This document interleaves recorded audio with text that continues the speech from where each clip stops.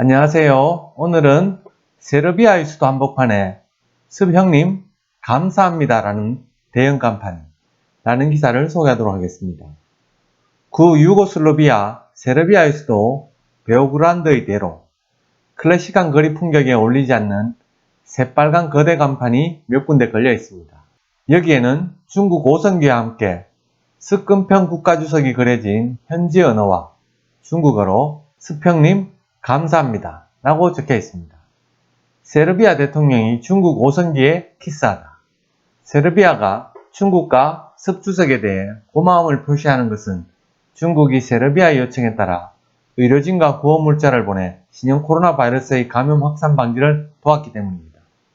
의료진과 구호물자를 실은 특별기가 3월 21일 베오그라드 공항에 도착했을 때 대통령은 직접 가서 중국 국기에 키스하는 퍼포먼스를 보였습니다. 세르비아는 인구 877만 명, 3월 7일 처음으로 신형 코로나 바이러스 감염자가 확인됐습니다.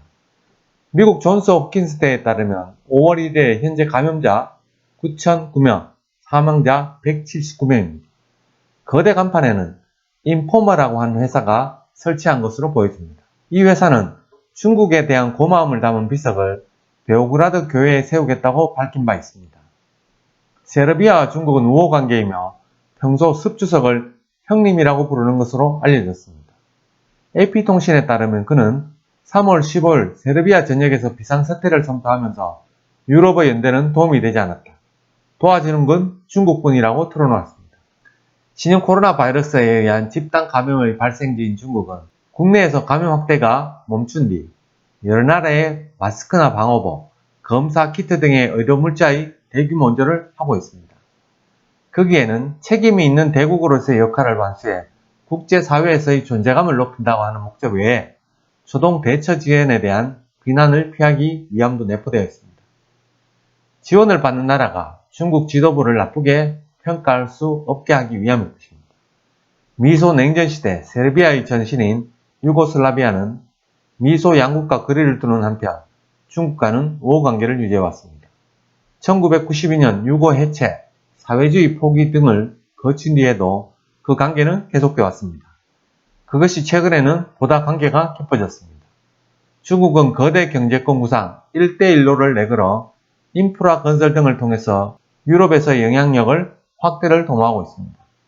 중국의 세르비아는 이웃나라 헝가리와 유럽의 중요한 관문으로서의 위치 설정이 되어 있습니다. AP통신에 의하면 중국의 세르비아의 최근 투자에는 고속도로, 철도, 발전소의 융자 추정 등 60억 달러에 대해 제5세대 이동통신, 5G, 네트워크나 얼굴인식 감식 기술 등의 계약도 있다고 합니다. 이 때문에 중국으로부터의 빛이 많아 구미의 연구자들로부터 세르비아가 변제를 할 수 없게 되는 경우 채무의 함정에 빠질 우려가 있다고 경고를 하고 있습니다. 중국, EU 사이에서 흔들리고 있다. 한편 세르비아는 유럽연합 가입을 외교의 최우선 과제로 내세우고 있습니다.